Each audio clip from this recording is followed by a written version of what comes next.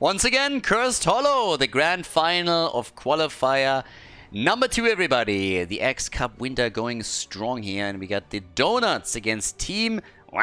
So, this is honestly an interesting one, because generally speaking, I would say that the Donuts don't necessarily... They're ranking roughly on the level of Nahados for me, and I feel the previous tournaments showed that.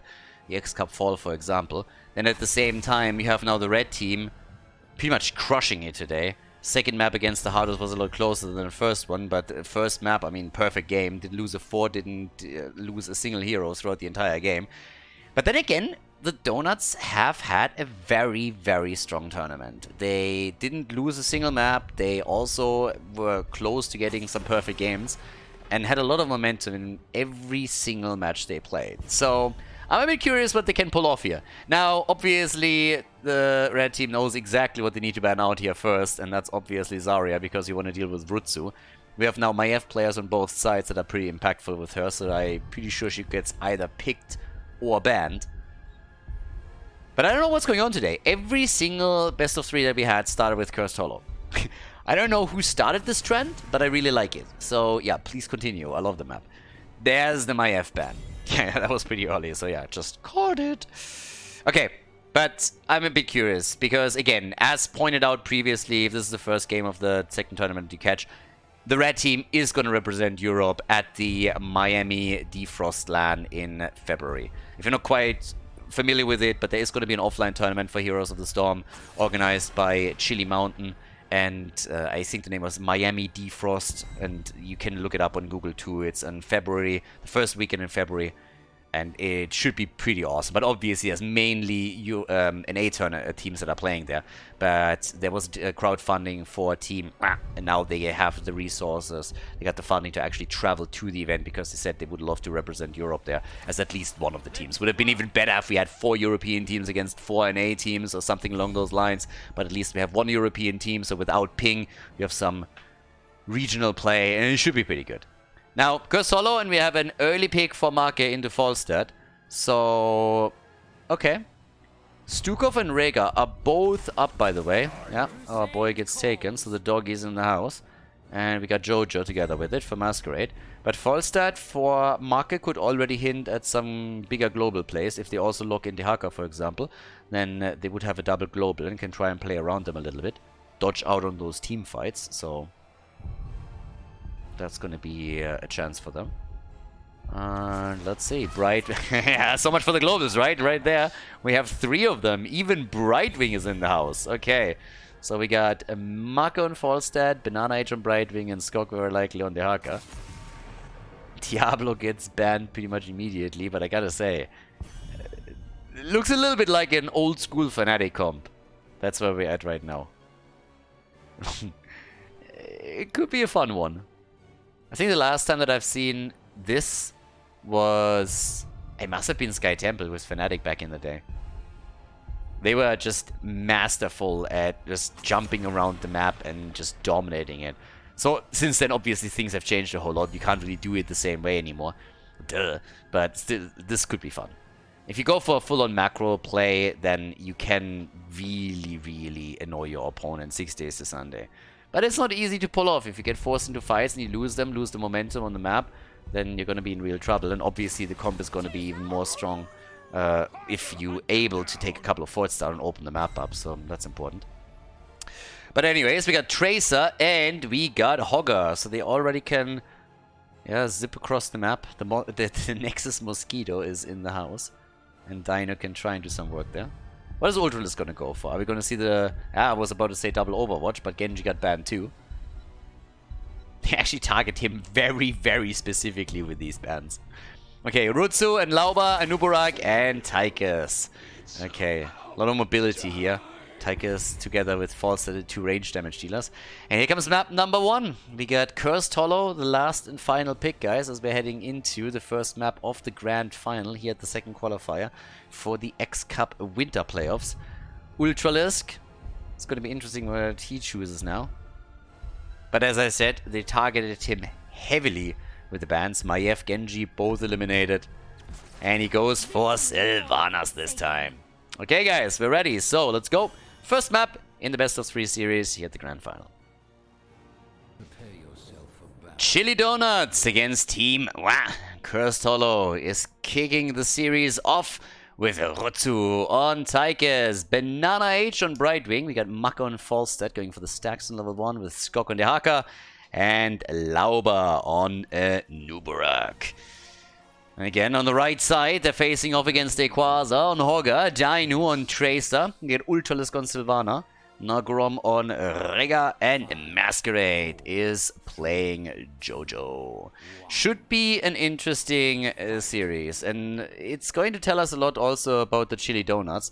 They were definitely a bit of an oddball team in the second season at the X Cup fall. On the one hand, they definitely have the names, but they were either on or off. It was really weird. Like, some of the games, they just didn't flow. They didn't have a lot of synergy there. Other games, they popped off. And you never really knew what you would get. And today, at least, they did a great job. And now they are starting things off with a really nice combo against Equaza. And Hoga is down. Immediately the B-step. Me likey. The sass. Banana H coming in. And immediately showing them what's up. I like it. Yeah, good shit.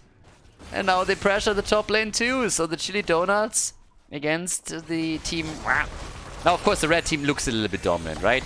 I mean, they are, as I explained in the semi-final, the team to beat. They definitely are. These guys have been winning, and winning. I mean, they are just absolutely incredible. It might not have been true for the Donald, but honestly, for the red team, I could believe it that they are getting tired of so much winning at some point. But maybe, just maybe, the Donuts are the ones to take them down a notch, you know? And that would already help them out too. Yeah, Skok is grinding for the drag. Both of the teams now starting also with the mercenary camps. We don't have an aggressive invade. If you remember previously, we had against the red team an attack on this very map by the Hardos. They were trying to go for one of the mercenary camps and steal it away. Didn't really work out, and then they were a little bit on the back foot there. But either way, already a pretty decent game right off the bat. The aggression in the mid lane, that's the way that I like it. We have also at the bot lane the Siege Giants now coming through. Tracer could try to protect them a little bit longer. Stacks, by the way, for Taika, so in this case we don't have a Diablo on the other side, and therefore they're not going to try and go for the bigger they are, but we're seeing in the rhythm. Helps a little bit against the blind of Johanna, of course, too, when that hits you in the middle of the fight. So that definitely works. And as explained during the draft, you have to remember that with 3 globals on their team, once the map opens up a little bit, there is a way for the Donuts to simply play the macro game. Now they can also go for easy rotations towards or away from the objective onto the lanes and try and apply pressure that way.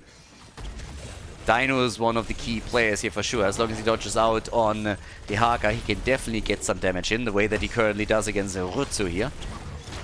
And they are playing a lot of pressure. I mean, those Siege Giants have been around for a long time, and they're currently slowly but steadily taking those towers down. So eventually that Siege Giant is also going to bite the dust, but at least that play at the bot lane was fairly successful. And as you can tell, Skok is also a bit low, but hits the drag, and they're able to defend this at least for now.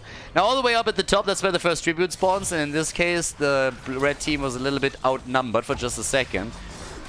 Now with Lauber and everybody else being forced into that fight against Ultralis. I like the way that Maka, by the way, anticipated that immediately. But he might have gone a bit too deep, and he gets punished for it too. Once again, it's Falstad that dies, and well, here we go. Nagrom with an additional channel attempt here. Level 7 talents are in too. And the follow-up on the level 1 with the totem for the synergy. Yeah, they're applying the pressure here for sure, but look at this. As long as they can buy time for Dehaka at the bot lane, he can do work, and that's where Ultralisk is now coming in. But top side, Nubarak is dead, and they nearly killed Urutsu. Of course, the tribute, therefore, is going to be taken by the red team. They open up the side wall so that they have vision towards the area behind the gate, and it allows them to take the entire thing. 9 stacks only for Urutsu, by the way. Only 9. Didn't get any more than that. Now, 1 kill against 2. Could try and follow up with a bit more here, but with Falstad flying in from the side, doesn't have a gust or anything yet, only gets the damage out. But obviously, Porga can easily hog away here, no problem for him. They were still outnumbered, so they didn't really want to take the battle. Sylvanas is sitting at the bot side in the meantime. And, well, we have also Masquerade, getting a bit more experience. Here in the middle, obviously working through with the Condemned. Spray game is still on point. That's one of the cool things with a lot of the top players here. The spray game is definitely solid. You have Nogrom going for the camp. It's one of the good things when you have Rhaegar on your team. He can solo most of the camps, pretty much any camp. And up at the top, also slight pressure. Brightwing gets attacked here too. Dino's doing what he can to make sure that the fort is not going to get taken. Now, Ultralisk with Sylvanas is obviously also adding another layer to the entire team composition, because he can, do exactly that. If they rotate easily onto a lane and sneak up on it, they can do solid work on those structures because of Sylvanas. And that's exactly what they just did. They pushed them back and they allowed Hogger to get into a position where he can get maybe even a freebie channel. And that's exactly what's going on here. Yeah, nicely done. So already Masquerade and Ultralisk moving back into the middle, but that's 2 tributes to 0. 2 tributes to 0. Dino still defending the top. They got level 10, so Chili Donuts, they have to sit tight for now. And Rhaegar is working on the next camp. 13 stacks for Tychus. 5-minute mark, 6-minute mark, level 10. So not really a lot of opportunities for him yet to get good stacks together and extend the duration of his minigun by a significant portion. Heroic abilities don't really surprise, but Lauba is getting aggressive and steals it! He steals it with a cocoon! The rest of the team was there too. The power of globals, ladies and gentlemen. Rhaegar gets wrecked, and now without the support, they all of a sudden also got a chance to go for the boss. I like it. Yeah, they globaled across the map. Lauba himself took it pretty much with his cocoon, and that is something that they're not gonna like. Now, to be fair, this is also happening at the meantime, so the red team is getting something out of it. But the boss is now taken, gets stolen here, and they wanted to go for Masquerade too. That nearly worked out. Good combo and good timing with Brightwing. They might still get the kill here. If not for the falling sword, that would have been a kill for sure. But then again, there's a curse on the blue team, so they got the boss, and they will take the top fort. But the last tribute was taken, and now they gotta defend here. Already the attack, and a beautiful combo on Tychus. Yeah, Tychus didn't stand a chance in that encounter. I mean, none whatsoever. We're gonna take another quick look at this. I mean, check this one out. So they're sitting in the middle. Here's the first push with that. We head into the mid lane. They're all waiting for it already, and then there comes the combo with the Wailing Arrow. No chance for Tychus, fell right for the trap. And now they are not only taking the fort, it's the second one, by the way, that was taken, but they want to go for keep. They just explode in this one. They get 1 kill, and then they immediately go bananas. Now that keep is on 50% HP already. The boss at the top side is defended. If they can get another kill here, that would be a nightmare. But thankfully, Rutsu is back and can pop Odin. Great Ancestral. Masquerade still goes down, but that bought them time. They kill Anubarak too, and the fight isn't over by any means. They still have Sylvanas. They use her to push this in a little bit deeper. I guess here eventually they will fall back now, but the first curse that they were able to get was absolutely worth it. 4 kills to 3. They nearly have level 13. They just were about to destroy a keep, and if they get this camp, they might be able to still take it. They're falling back. They're running a little bit low on mana. So not pushing this too much, but they take it also away from the opponent, so that's pretty good. Quasar is pausing the game to pat himself on the shoulder a little bit here. Whereas Ultralisk and Masquerade are now coming back from all of this. But they're starting to go also for the next camp. So it's all about the Siege Giants right now, starting to get those two.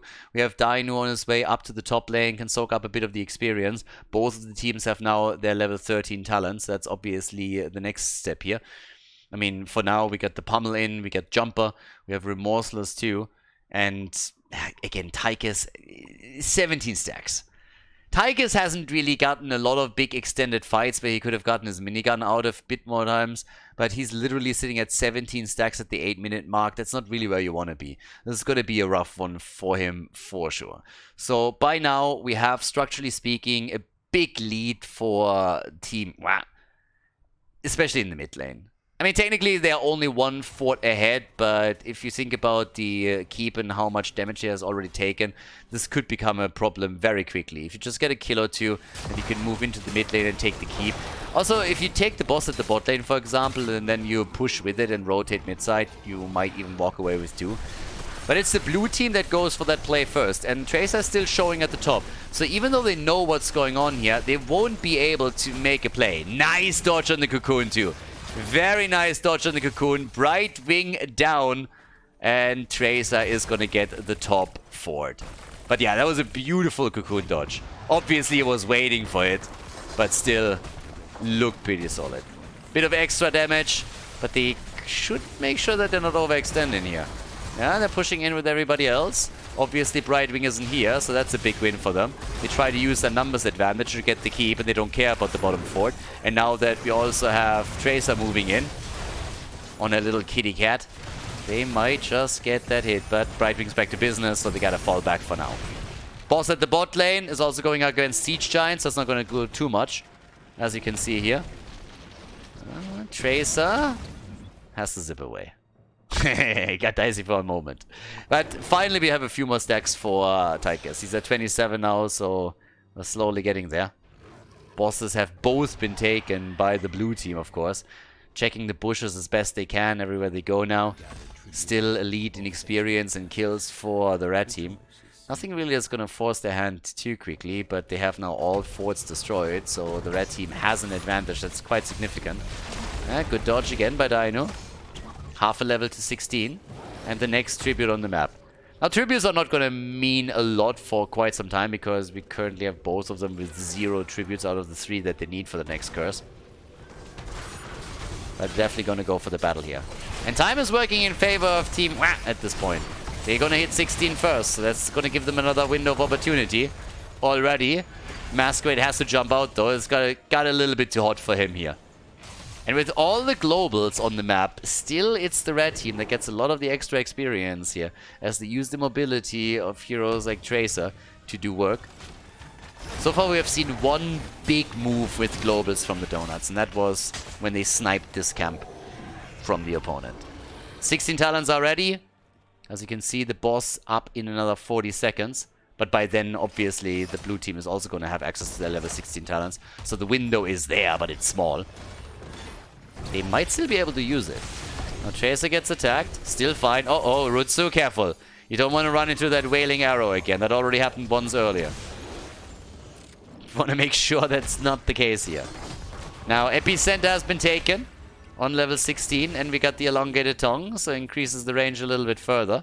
They already poke out an Uberak at the top a little bit. Oh, yeah, Dino. Definitely paying attention to what's happening here. If Inubura gets a connect with a stun, Tracer might bite the dust. So now it's 16 versus 16. One boss is up, and the tribute spawning in 8 seconds.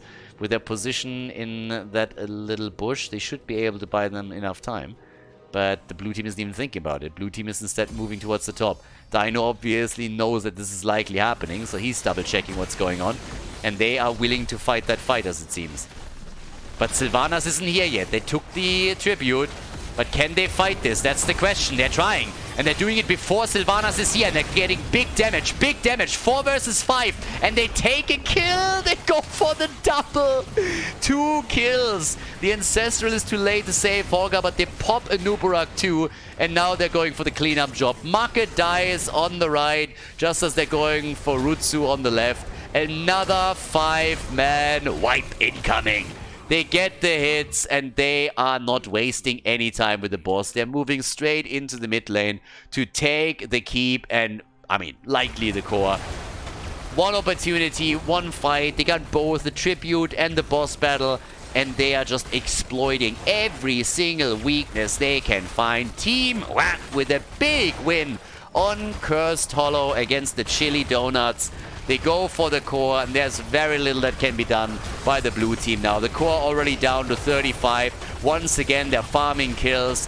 10-4 in total. There's number 11 as the game ends, and the red team takes the lead in the grand final of the second qualifier for the X Cup Winter. Before we head into game number 2, make sure that you subscribe to the channel if you haven't done it yet, so you don't miss out on any future content here on Khaldor TV. The Chili Donuts, definitely with a solid first game, but at the end of map number 1, the winner is still the red team. Team Wah. Now, Zarya gets banned instantly. You got Roots on the other side. Zarya gets banned. Inferno Shrines is our second map. This is the best of 3 series. The final, the grand final of the second qualifier for the X Cup Winter. And right now, we have again Masquerade's Johanna banned out. I gotta say that Chili Donuts actually did a pretty decent job on the last map. At one point, they won both of the bosses and played around that. I kind of feel though they could have capitalized a bit more on those globals. That could have definitely been a thing. If they capitalize on those a little bit more, might be nice for them. Probius actually getting banned. We had 2 Probius games after the patch and the rework on him. Sometimes it's hard to tell if it's a bullshit ban or a real ban. But we have seen some of the teams sneak some Probius in. And definitely try to make it work. And I can absolutely see that being a bit of a niche strategy. And we have seen it on this map before. So, yeah. They are going for Probius ban with a Rhaegar first pick. Not going for Stukov, by the way. So this is a pretty insane map for Stukov. And I am slightly surprised that they didn't use him here. Because he is just absolutely incredible when it comes to controlling those choke points. And obviously following up or destroying any play on the other side. But Rhaegar is, for a reason, phenomenal. We've seen it in this series.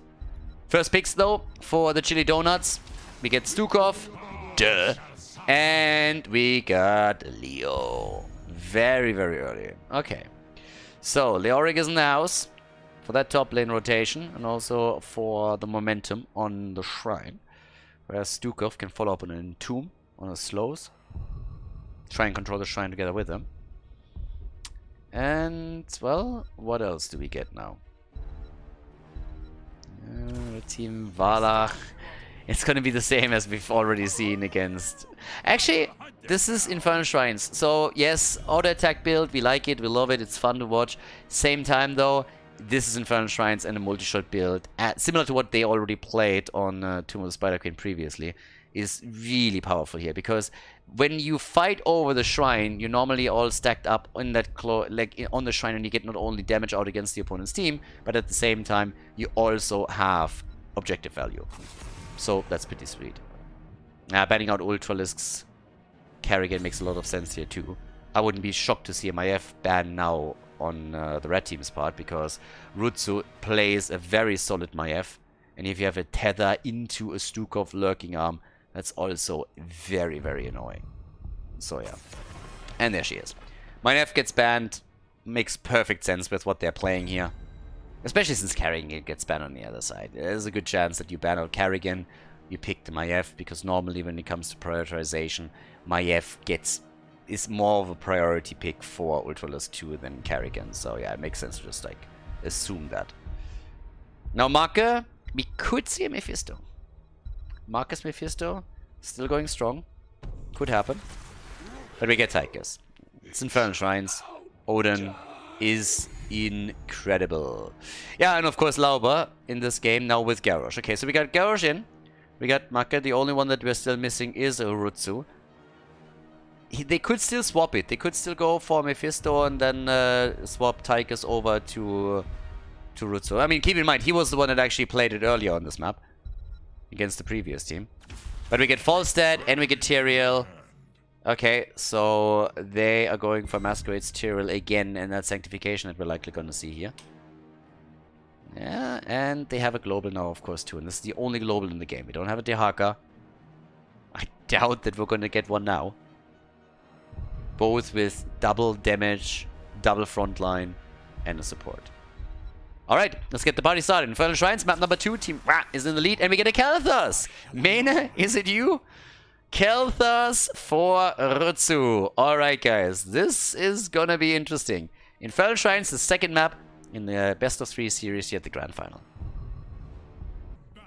Inferno Shrines is our second map with Marco and Tychus, Banana H on Stukov. Rutsu, look at him, he's on the Salami Master. Ashalanore, Salami.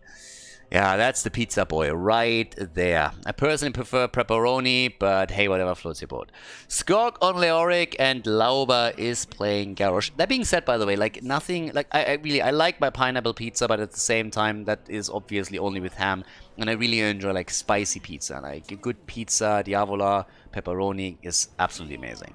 So team with Ultralisk on Falstad, Dino on Vala as expected with the multi-shot build. We have Hogger played by Dequaza, Nagrom on Rega, and Masquerade with Ethereal. So there we go. By the way, one of the best desserts, now that we're talking about food, that just exists on this planet. I'm not saying it's the best, I'm saying it's one of the best, is a good tiramisu. A good homemade tiramisu is insane. Honestly, if you would drown me in a tasty tiramisu, I would either survive and have a very fat belly, or I would die happy. One of the two. I mean, honestly, a good tiramisu is just... and a good play is going very much like that, but in this case, as good as the play was, Stukov still dies. Now, he's not the only one. Vala dies too, but I gotta say that it was a very funny interaction here. So, first the attempted save by Lauber's Garrosh on Stukov. The arrow, though, flies already, and there's the kill. But then Vala dies, and that kind of negates the value that we're hoping to get out of it. So there it is. Now, obviously, oh, careful, Rega, our boy might be in trouble. But they're going aggressively for those camps. They are going for broke, aren't they? Marke, does he get the cooldown back? Yeah, Masquerade has to back off. Lauber, though, has a problem. He's trying to make sure that Rega also has one. But I think, yeah, he's going to die. Okay, so Lauber is down. Garrosh dies for the first time in the game. I like that both of the teams are going all out on aggression, though. They are really, really gunning for it now. And Skog falls, so it seems like at the end of the day, the red team will once again have the upper hand. At least that's true for the early game. They are pulling slightly ahead here, and with the experience that they're gathering topside now, that should result in level 4, which they have. Vala obviously is just murdering it with the multi-shot so far, and the big team fights are definitely helping her. But we still have Kel'Thas, and Kel'Thas, of course, on level 1 went straight into the Mana Addict, and is now trying to get his stacks together so that he has a bit more survivability, which is especially important when you're at level, or up against level 10 abilities on the other side. So getting those regeneration globes is absolute key. That is a great gravity lapse, by the way. Woo! I like it, and what a follow-up too! Rega is down. That was great play here. Rutsu with a very, very awesome move. Honestly, Kel'Thas was always a really, really good hero. The ability, like the fact alone that he has a gravity lapse that gives you additional CC was always fantastic. And back in the day, at the beginning of HGC, but also before, when you had moves like ETC power slides into a gravity lapse, that was just fantastic. As mobility creep started to become a big part of the game, every single hero that didn't have any kind of gap closer escape tool started to have some trouble, and that included Kel'Thas. He still brings some advantages to the game, but of course it kind of killed him a little bit. Once that he had all those Genjis zipping around and all that stuff, it became a lot harder as a mage, especially as a squishy one, and that definitely put a damper on all of the Kel'Thas combos that were played in competitive. But with the kill that we just saw a second ago against Hogger, I gotta give it to the Donuts. They are playing an aggressive style, but it works out for them now. And they might even walk away with the first Punisher. And that is a lot more than most teams were able to pull off against Team. But the fight isn't over yet. They got 38 points though. Won't be able to lose that anymore, I assume. Yeah, Kel'Thas comes in and secures the last two. So they gotta get the hell out of there, or that Punisher might even jump in. Triggering the jump in front of the gate is never a good thing. 13 stacks by now also for Kel'Thas. They even wanted to go for Ultralisk at the top side. Level 7 talents on both sides, and they're going for pretty big hits here. Yeah, Lauber. Alright. Has to be careful. Eats quite a bit of damage. Punisher, by the way, defeated in the mid lane. Pretty much nothing. I mean, the entire wall is still standing. So the damage that they were able to get is a little bit limited. I like the sneaky Rhaegar move at the bottom, by the way, where he just goes for the camp no matter what Kel'Thas is doing. With Vala being close, they just think one can help the other. Masquerade, if he gets slowed, he is definitely going to get dropped. Everybody here is just fighting and fighting and fighting. It's an endless brawl that we're currently seeing here. What a catch also by Rutsu. Masquerade, yep, that grenade is hitting, and it's hitting hard. Now they got 2 camps. That's the good news. Vala is still getting some damage in, but we all of a sudden have the blue team with more kills. They're 5 kills to 3. Guys, they are bringing the fight here. They want to fight for game number 3, as you can see. And team needs to be a bit careful. Tychus, by the way, with the Master Assassin. In case that you're a little bit newer to all of this, Master Assassin is pretty much being picked for the passive, because it applies also to Odin. So you don't really think that you're going to get those 15 takedowns. I mean, we've seen it happen in the past, don't get me wrong. But it's rare. On this level of play, it is very, very rare. But the passive alone is worth it. Level 4 on Tychus. Pretty much all 4 available, depending on the composition. Dino! Yeah, the aggression is there, and they save him. But then Tychus gets the hit. The problem is that they might now lose. Oh, the combo! Get wrecked! And that, ladies and gentlemen, is why you don't fight against an opponent that has level 10. 8 kills, 2, 3, and they're going ham. Yeah, look at this one. They try to turn it after the Vala kill, and then it's once again the gravity lapse and our boy Rutsu. He makes Kel'Thas spicy. Yeah. That was beautiful by him. They didn't see him coming at all, and then the gravity lapse hits 2, and he gets the full connect with his ult and everything else that he could throw in there. 8 kills to 3. And this is interesting because now we're gonna see how team is gonna react when falling behind this heavily. Because this is a good lead. You have an entire level, you've already done some structural damage, and can maybe even get an advantage towards the next objective at the top side. Strafe has been locked in. Shrine is activating. 26 stacks for Vala. And we might get level 13 for the blue team. They might just be able to grab that. Uh-oh, Lauba, careful. Look how aggressive these guys are. They even want to go for the camp here. Now, Kel'Thas isn't here yet. And I think by now they probably learned their lesson, and they're realizing that they always have to keep an eye on Urutsu, or he's going to come in from the bottom again and just crush them. But yeah. They nearly have level 13, so how do you play this now? Red team needs to think about how they want to react to this. And, well, before they can do anything, there's the kill. These gravity lapses from Kel'Thas are absolutely fantastic, and it really reminds me of these CC chains of old that I mentioned earlier between ETC players, or even Murden, and then just Kel'Thas. So that added CC is so good for them right now. And it honestly poses a problem to the red team, as you can tell. It's 9 kills to 3.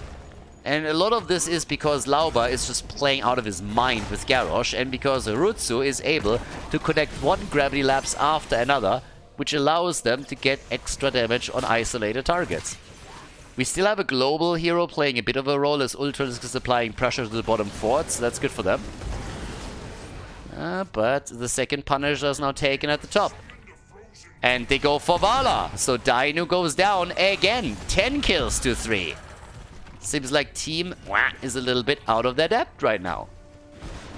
Skog is applying pressure top. So far, no fort has been taken. Of course, level 13 is something that the red team desperately wants here. And they should be able to get it. But they are losing ground. Now, they haven't lost a fort yet. There's a big difference in kills, there's a gap in experience, all of that is true. But this is going to be the first fort that they lose. So there's not too much loss structurally speaking yet. By the way, I want to quickly highlight that Marker currently has 9 stacks on his Master Assassin. As pointed out earlier, normally you don't complete that. But let's be real here for a second. In this game, we might actually see him get a completed level 4 quest. There's that. Now, for now, we got also another Entomb. Masquerade is not worrying about that too much. That's not really the hero that you want to hit. Kel'Thas at the bottom, starting to move back up towards the middle. They have 1.5 levels ahead right now. Yeah, it's getting really interesting here. Can they recover? Can Team really win this one? That's the question. Because let's face it, we're all looking at this and everybody is thinking, these guys are so damn good. They're going to win this tournament without dropping the map. But right now, for the first time, a team is significantly ahead against them. And that might just be a little bit too much for them to handle, because there's so much pressure. Rutsu, with those continuous CCs, the lurking arms that are coming out here. But Leo dies to Vala, so Dino is able to solo Skog. That allows them for some lane pressure. Then again, so close to level 16, we might just have... I mean, this is a pretty big gap still. Unless they are getting a few more kills now. There's a stun. Lauber. Oh, he's low, but he's getting out of the fight again. Masquerade jumps away. Hogger is still pogging. The Quas are also on the run. Needs to be a bit careful here, but even the grenades can't really drop him. So yeah, he's... Oh boy, that could have been a hit. Skog was so close. Nearly caught him there. And Khaldor is still at the bot lane, and that's level 16. That's an entire level there after bridge. Yeah. Good job by the Donuts. I like it. Now we got the Ignite after the Pyromaniac. And 33,000 damage for Tychus. 39,000 for Vala. Falstad hasn't died yet. Falstad is one of the few that hasn't died a single time. He's the only one on the red team. The two damage dealers for the Chili Donuts haven't died yet either. And again, another catch by Rutsu. Now, it doesn't drop Rhaegar, but you can see how much damage he single-handedly can do in a situation like this. And now just imagine someone else chipping a bit of extra damage in, like, for example, Tychus. Yeah. 16 on both sides now. Which gives us, by the way, Manticore. So that's a pretty big 2. Manticore is also there. Oh, Dino again zipping around those abilities of Khaldor's. And the Shrine at the bot lane is up next. 35 stacks for Khaldor's, so he has a lot that he can get for the shield here. But yes, I like it. I like it a lot. 10 kills to 4. We got a game on our hands. We really do. Chili Donuts, they want to give up on this series. Which I actually enjoy. I mean, they're literally looking at this like, yeah, no, second place is not good enough for us. We want to win this right now. We want to show that someone can take down Team Wah. That they are not the end-all, be-all here. That we are still good enough to really pressure them and take the win. And they are already performing well. I mean, Lauber, he might find himself on the receiving end and a beating, and he does. He dies, but still, he's played such a fantastic game thus far. Once again, Dino with good damage, also pressuring Marker. Leo gets picked off, and finally the red team gets a bit of a foothold here. They are able to get 2 kills. Obviously, Khaldor is immediately there, trying to ruin their day. But this time it doesn't work out. 10 kills to 6, a little bit of extra poking, but this one is going to go over to Team Wah. This time they make it happen. With Lauber dying, they got the shot there. Lauber was an essential part of why the team was able to get so many kills throughout the game. And look at this, another trap against Ultralisk, and he's dead. Banana H and Marke, they are tag teaming the birdie, and they're sharing the nuggets. Good job. Alright, so for now, we got the move through the bot lane with a Punisher. Keep in mind, there are only 4 on the map. Falstad could technically fly in, but he's 30 seconds out. They're actually chasing Skog a little bit across the map as they're making a play for the middle. Trying to take that wall down here. Bot lane though, the fight continues. And I'm actually not sure why they're even here. I mean, this seems like a pretty stupid idea to push this aggressively if you don't have vision on the opponent's team. So now they lose Vala. That's a staggered death because Falstad was about to come back. Masquerade! Yeah, he should be able to get out here. So they're able to make it out, but Vala dying, I'm not quite sure if it was really worth it. To be fair, if you look at it, that's a lot more damage than I expected the Punisher to do. 2 players were chasing, you know what? That might have been worth it after all. Sacrificing Vala to get this much damage on the keep. It's not as bad as I thought. When they got caught down there, I was like, I mean, duh, of course they're gonna rotate in and try and take you down. But that is way more damage that the Punisher did than I initially expected, so not too shabby. 11 stacks for Marke, so Tychus is really getting there. 1-4 down, 2 forts in total now eliminated. But with the keep at the bot lane this low, imagine another 5-man wipe. It's actually a bit dangerous. Something that the Donuts have to be aware of. Don't forget how the last game ended. They won one fight. I mean, they won plenty of fights, but they won one fight at the stage of the game. And then they used it immediately to go keep and core. You knew exactly how much time they had there. 44 stacks also for Khaldor. He's really getting there. Khaldor and his survivability with that shield are going to be pretty strong. Now, Falstad is still playing the global card, and this is exactly what he should do. Now, they're going to try and do this a lot more as the game continues, because he needs to soak that experience for them, at least until they hit level 20. But outside of that, he can push the lanes when the objective is up, and that's something that he's going to try and do. Always assuming that they have vision of the rest of the team.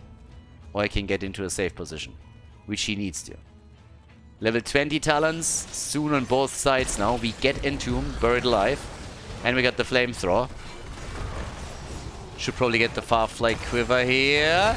Nice attack. Sanctification. Yes, Farfly Quiver is in. And Lauber was trying, but they get him. Lauber is down, and they're going to get Banana H2. They get the double kill. Once again, they see an opportunity, and they take it. God. It's just crazy. And now they go straight for the keep. They see the keep. They know they got the opportunity here. And they take it down. Can they get more? That's one question here. And it seems like they're really trying. They're already positioning themselves towards the core. They got 40 seconds. Lauber, he was so important for the team, and now he's gone. They tried to engage. They tried for the aggression again. The Donuts went aggressive, and this time it backfired. The Entomb doesn't connect. They zoned them out a little bit, but the core is also starting to lose some hit points here. I mean, the shield is gone. They're gonna at least get some.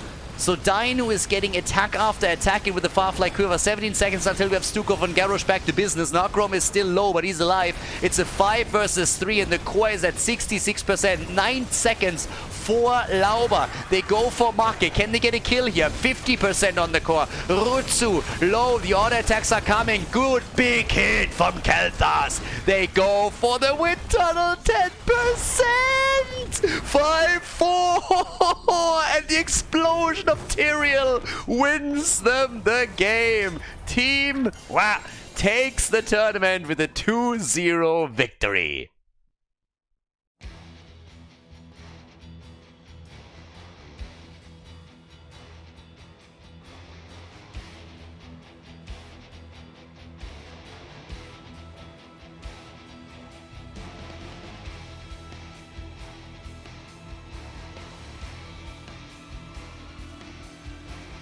Thank you everybody for watching the video today. I hope that you enjoyed the show and the commentary. And keep in mind that the spoiler protection that is going to run for the rest of the video is made possible by all the support on patreon.com. So guys, if you want to support my work, if you want to help me start new projects and keep the spoiler protection in place, please consider heading over to patreon.com/Khaldor. There's also a link in the YouTube description, and check that out. Thanks in advance, and see you guys next time with more esports coverage here on Khaldor TV. Have a great day.